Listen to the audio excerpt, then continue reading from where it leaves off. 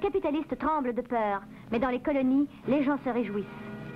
Ils savent maintenant qu'il est possible de se débarrasser des capitalistes. Leur désir de liberté entraîne d'innombrables révoltes.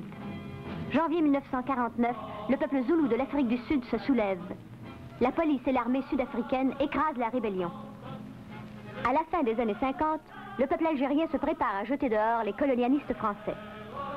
Ils ont besoin d'armes, alors ils se mettent à dévaliser les banques. Les jeunes hommes qui refusent de servir dans l'armée française s'enfuient dans le désert du Sahara.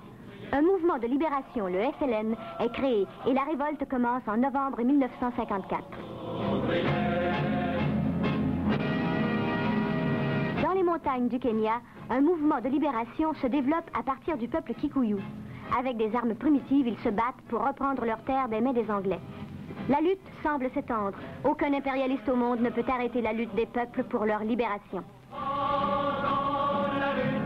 Il faut rompre avec cette Europe qui ne cesse de parler des droits de l'homme et qui en même temps ne cesse de tuer et d'opprimer les peuples partout où elle les rencontre, même dans leurs propres rues, partout sur la planète. Les capitalistes du monde entier se mettent à trembler.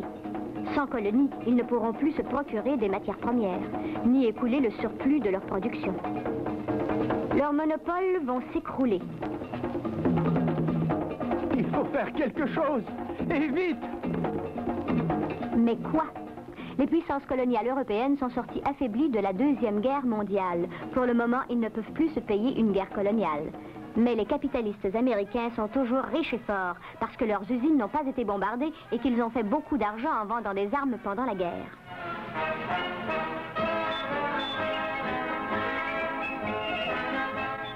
Les Américains maintenant dominent tous les autres. Leur production a grimpé de 70%. Mais à eux seuls, ils ne peuvent s'occuper de toutes les rébellions qui se produisent un peu partout en même temps. Et ils ne veulent pas courir le risque d'une guerre où ils se trouveraient eux-mêmes confrontés aux armées soviétiques. Pour permettre à leurs énormes masses de capitaux de continuer d'augmenter et aussi pour empêcher des révolutions qui menaceraient leurs investissements, les Américains commencent à conseiller aux puissances coloniales d'accorder aux colonies leur indépendance, sur papier. De cette manière, les Américains eux-mêmes vont pouvoir faire plus de commerce avec les colonies, c'est-à-dire participer au pillage de leurs ressources. Les grandes puissances coloniales, l'Angleterre, la France, la Belgique, ne sont pas du tout contentes de laisser partir leurs colonies, mais elles n'ont pas le choix. Seul le Portugal refuse. La plupart des colonies obtiennent donc supposément leur indépendance, mais la vraie liberté est encore loin pour les nouveaux pays africains. La seule différence pour eux, c'est que leurs exploiteurs portent maintenant un nouveau masque. Les colonies continuent d'être enchaînées à un système économique mondial contrôlé par les capitalistes. Les impérialistes essaient de garder la situation paisible en achetant les bourgeoisies nationales avec un petit morceau du gâteau. Les impérialistes s'assurent que leurs nouveaux serviteurs seront liés à eux par tous les moyens. Leur niveau de vie ressemble à celui des Blancs et dépend directement de leur commerce avec les monopoles capitalistes. Par-dessus tout, les bourgeoisies indigènes apprennent à penser de la bonne manière. On les amène à croire que l'idéal pour leur pays, c'est de s'organiser en une société exactement pareille à celle des pays capitalistes et industriels de l'Occident, et que leur seule manière d'y réussir, c'est de collaborer avec les capitalistes. Voilà pourquoi tellement d'étudiants de ces pays opprimés sont envoyés en Europe et en Amérique pour y être éduqués à la manière occidentale.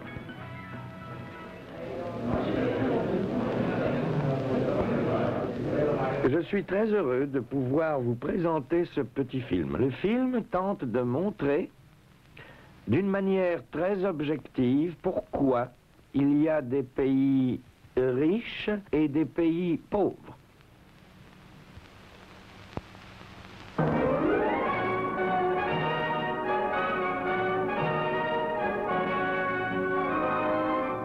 La théorie du développement.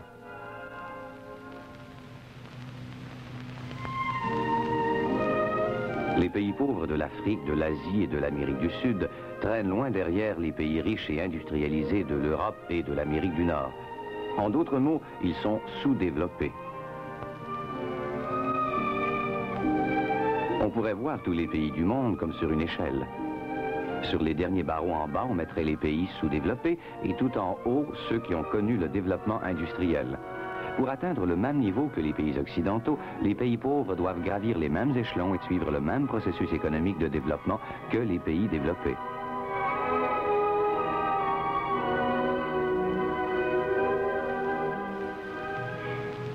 absolument faux.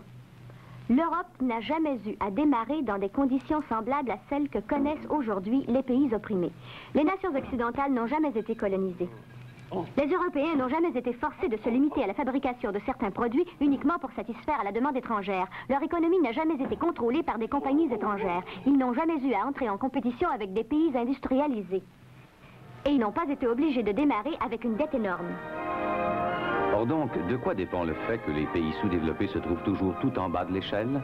La réponse est simple. Ils sont sous-développés parce qu'ils manquent de capital. Les pays riches, eux, disposent justement d'un surplus de capital et ils sentent qu'il est de leur devoir d'aider les pays pauvres en investissant dans leur économie. Ils peuvent aussi aider en commerçant avec les pays pauvres qui, de cette manière, peuvent acquérir leur propre capital.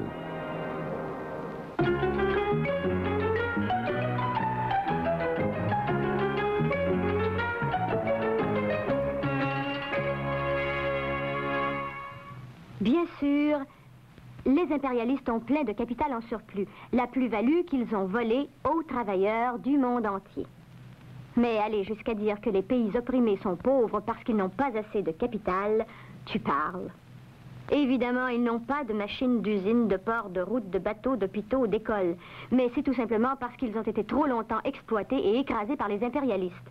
Plusieurs de ceux qu'on appelle les pays sous-développés sont assis sur quelques-unes des plus riches ressources naturelles du monde. Leur sol est plein de minéraux, de métaux, de pétrole, et la plupart d'entre eux disposent aussi des conditions les plus favorables à l'agriculture de toute la planète. Ce ne sont pas non plus les ressources humaines qui manquent, mais ces possibilités ne sont pas exploitées parce que la société de classe empêche le peuple d'organiser la production d'une manière rationnelle. Quelle est l'utilité d'un surplus économique si c'est pour aller dans les poches des privilégiés? Ou si les capitalistes étrangers les ramènent toujours chez eux comme profit? Ce n'est pas la quantité du capital qui compte, mais la manière dont on s'en sert. Les étudiants éduqués reviennent enseigner les idées qu'on leur a apprises en Occident.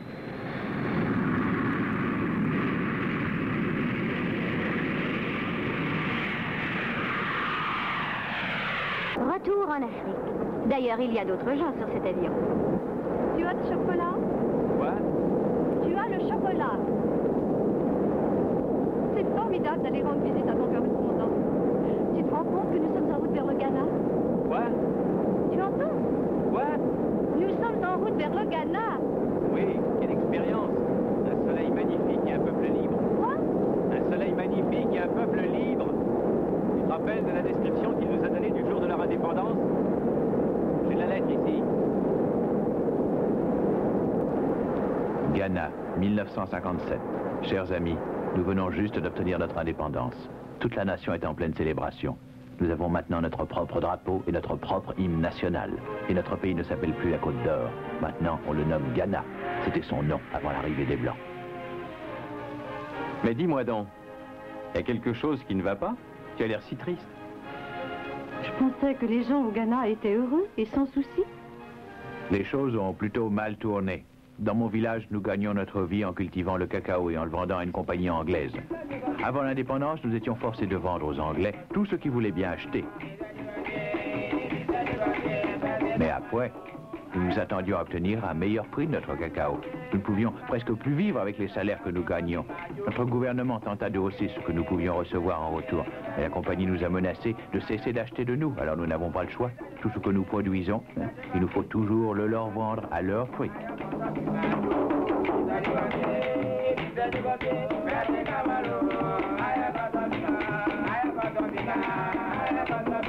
Pendant toutes les années de la colonisation, les impérialistes se sont toujours arrangés pour que les colonies ne produisent qu'un seul ou très peu de produits. Les monopoles capitalistes se trouvaient alors à être les seuls à disposer de suffisamment de bateaux et de compagnies pour distribuer et vendre ces produits. Et c'est ainsi que ce sont les monopoles qui ont pu se mettre eux-mêmes à établir les prix et les chutes de prix. Les pays opprimés n'ont plus alors d'autres possibilités que d'exporter toujours plus pour gagner toujours la même chose.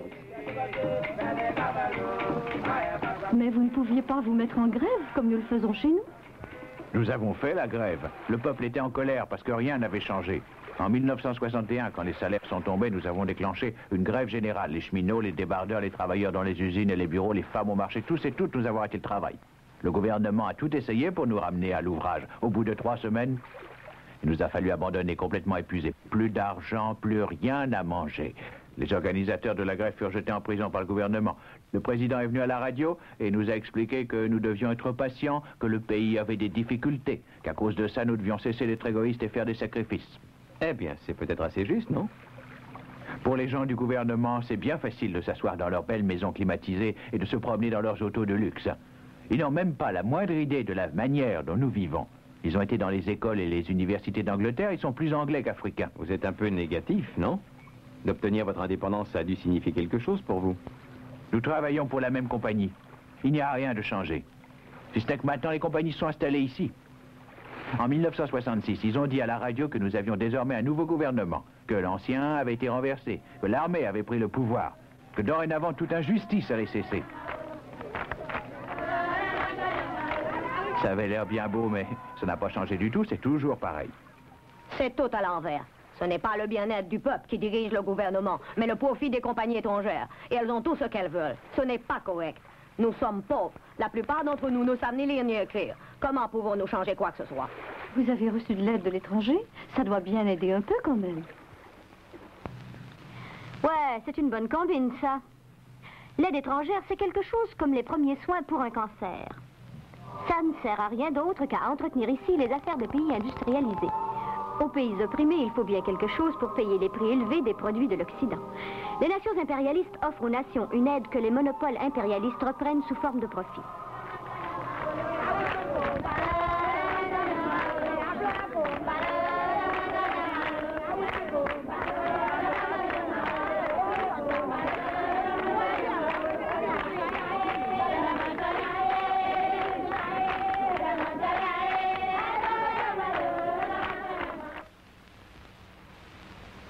L'aide étrangère n'est rien d'autre qu'une aide au monde des grandes affaires des pays impérialistes. Une aide que les travailleurs de tous ces pays-là doivent payer avec leurs taxes. Pour maintenir leur pouvoir, les anciennes puissances coloniales européennes se sont maintenant regroupées en ce qu'ils appellent le marché commun.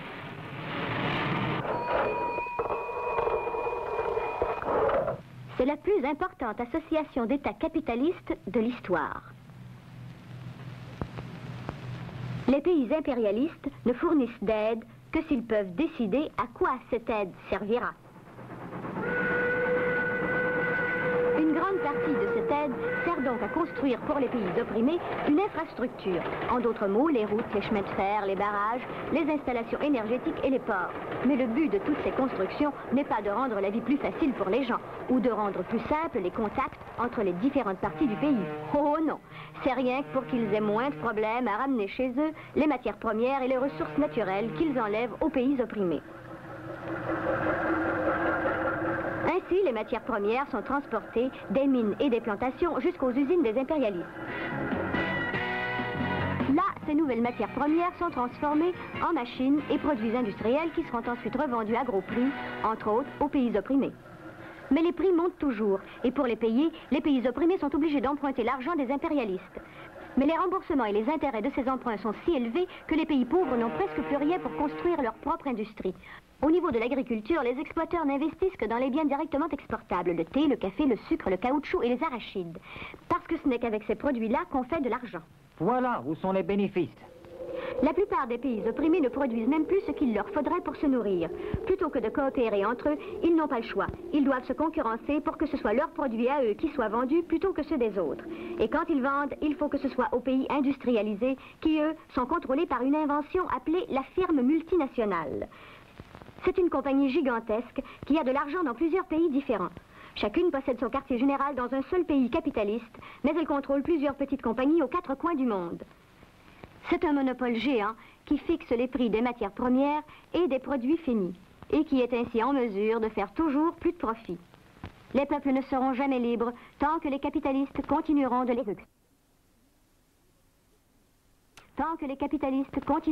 exploiter. J'aimerais bien voir... Oh Gott, sing mal Silver Dancing Imperialist.